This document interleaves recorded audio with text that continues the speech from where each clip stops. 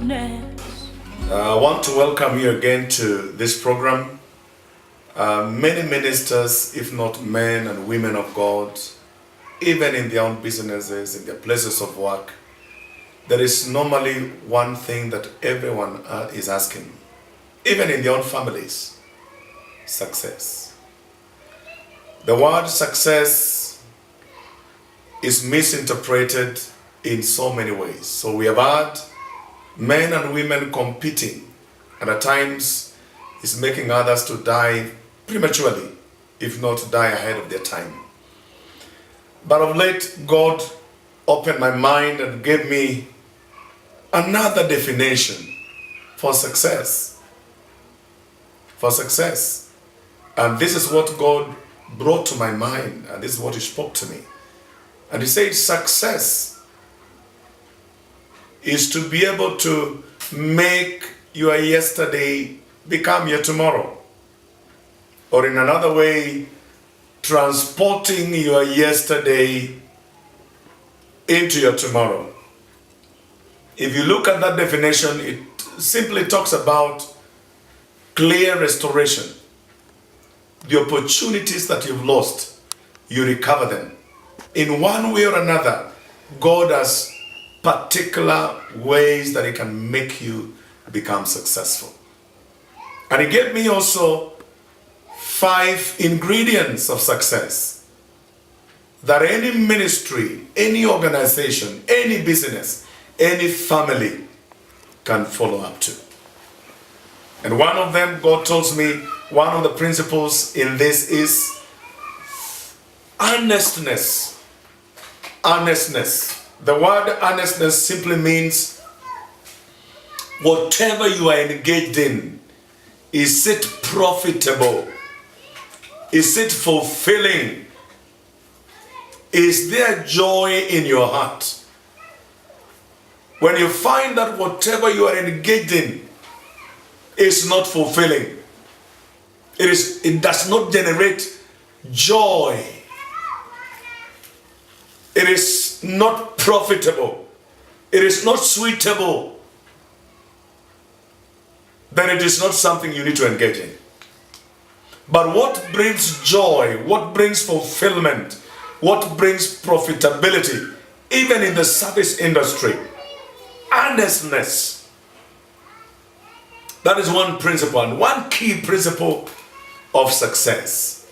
And you'll be successful in your own capacity, in your own way, where you are in your family, small or big. Why? Because you are fulfilled. Number 2, God spoke to me and told me something that is enriching. Are you engaged in what is enriching? Enriching. Is there passion in it? Is there compelling purpose? Do you find yourself within the Spirit? Or when you begin to evaluate yourself, find yourself, yes, I'm headed towards the right direction. I'm pursuing the right goal. I'm engaged in what God called me to do.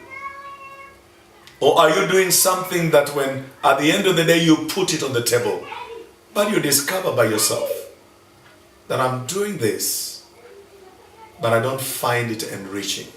There is no peace in my heart. It would simply mean that is not what God gave you. You might be engaged in something that is not headed for your success. But if you have peace in it, it doesn't matter how long it will take.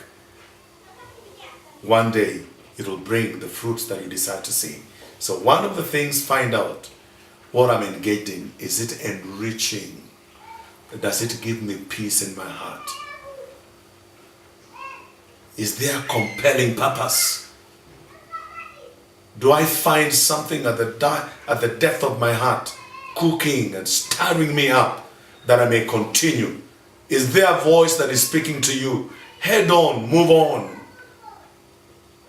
If there is no voice, if there is no compelling heart, sister, brother, you may not be headed headed for something that will be able to bring success on the table. Number 3, success is only success when it is positive. In other words, whatever you are engaged in, does it embrace the vision, the mission, the goal, the objectives that you set on the ground?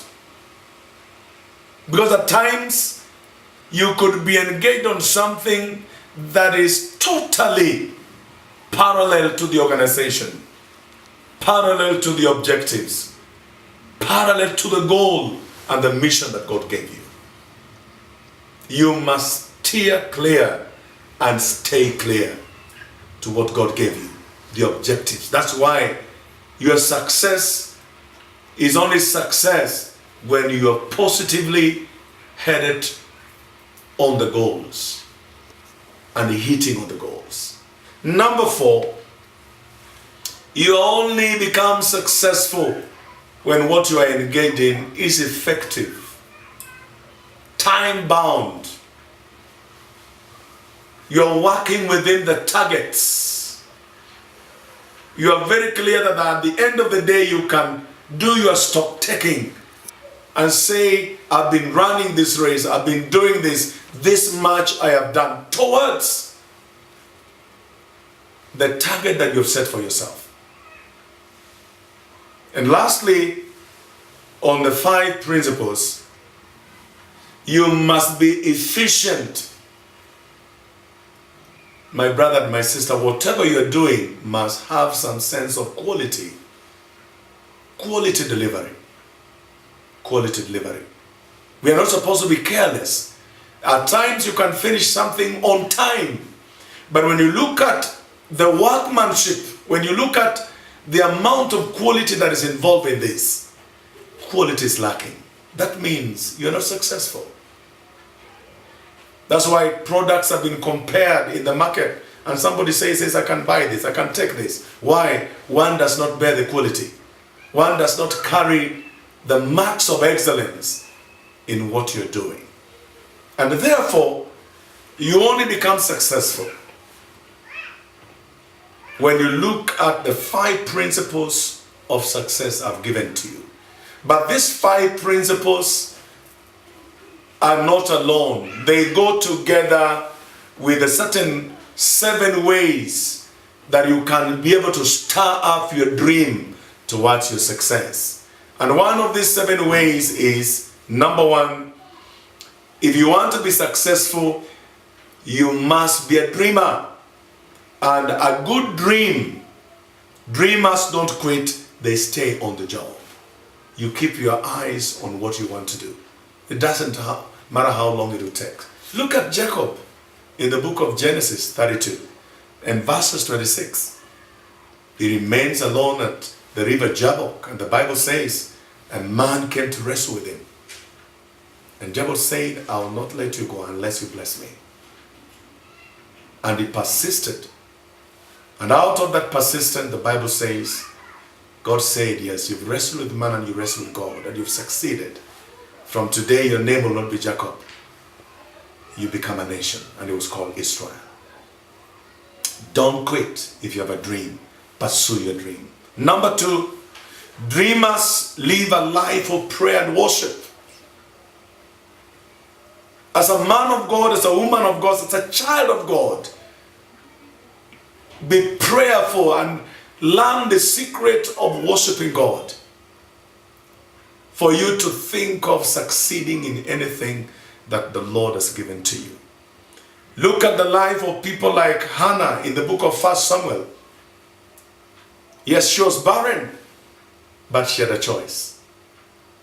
One time she went before the Lord and said, today I want to pour my heart and pour my soul to you. Until even the priest mistaken her to have drunk in the morning. I challenge you, be a dreamer. Number 3, dreamers are givers.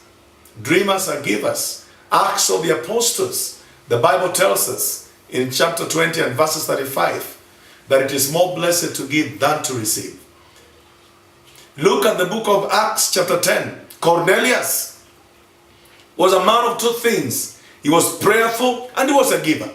Until one time, the angel of the Lord came and told him, Cornelius, your giving has become a memorial to the Lord. And out of that, even the gospel was open to the Gentiles. Dreamers. Number 4, dreamers build on the right people, and they build on the right lines, and they build on the right friendships. Look at the book of 1 Samuel chapter 18. When you read verse 1 to verse 4, the Bible says that the soul of Jonathan was knit to the soul of David. And David was just a young boy employed in their house. Jonathan was a heir to his father, Saul. But what happened? He removed the kingdom and the kingship materials and handed over to David. And let me tell you, brethren, as you watch this, that Jonathan was in the spirit. Because when you read the book of 1 Samuel chapter 30 and 31, and go to 2 Samuel 31 of 1 Samuel, that both Jonathan and his father were killed in war. And David became the king. And when you read the 2 Samuel chapter 1, chapter 9, and especially in chapter 9, David is asking, is there anybody who has remained in the house of Saul that I may show him favor for the sake of Jonathan? Work on the right friendship and develop the right relationship. As a dreamer, if you are looking for success. And the little one that remained, even though he was lame, and the law at that time did not allow anything blemish to be taken to a palace, to the king's palace. Mephibosheth, though lame, the king said, you will eat on my table daily. Why? Because Jonathan is fine. Related well. Number 5, dreamers are mentors. Mordecai mentors the orphan girl called Esther, who had no dream at all. But look, through Mordecai, Esther becomes the queen. And what do we see next? Esther and Mordecai works hand in hand and saves the nation of Israel. So if you want to be successful in any area that God has given you, you must be a mentor. You must be a mentor. Number 6, dreamers are sensitive to the voice of God. In the book of Isaiah, chapter 30 and verses 21, the Bible says, whether you turn to the right or to the left, you will hear a voice behind you telling you, this is the way, follow it. If you want to be successful in any area of your life, you must be a listener to the voice of God. And lastly, dreamers become heroes when they choose to obey the voice of God. At times it is very difficult and very hard to obey that voice. But brother, sister, your success, man of God, woman of God, your success is in becoming a hero when you choose to obey the voice of God. Some of you, even as now as we are talking, God is speaking to you. God is talking to you how to obey Him. Either in the line of giving, or either to walk out and serve Him, or to do something that is troubling your mind. But the moment you obey God, you become a hero. Those who obeyed God in difficult times, Abraham did it, took his son to the mountain, God provided a lamp. Joshua obeyed the Lord even though it was difficult to pass the river Jordan that was overflooded. But as soon as the priest hit the bank of the river, God provided a dry ground. King Jehoshaphat obeyed God and took the singers, put them in front, the Levites, and they sang a song, not carrying weapons of war. The enemies began fighting themselves. I declare to you, you can be successful if you obey the 5 principles, and if you become a dreamer in life. May the Lord bless you, and may your ministry become flourish. May your life become a different life as you obey the voice of the Lord and become a hero. In Jesus' name.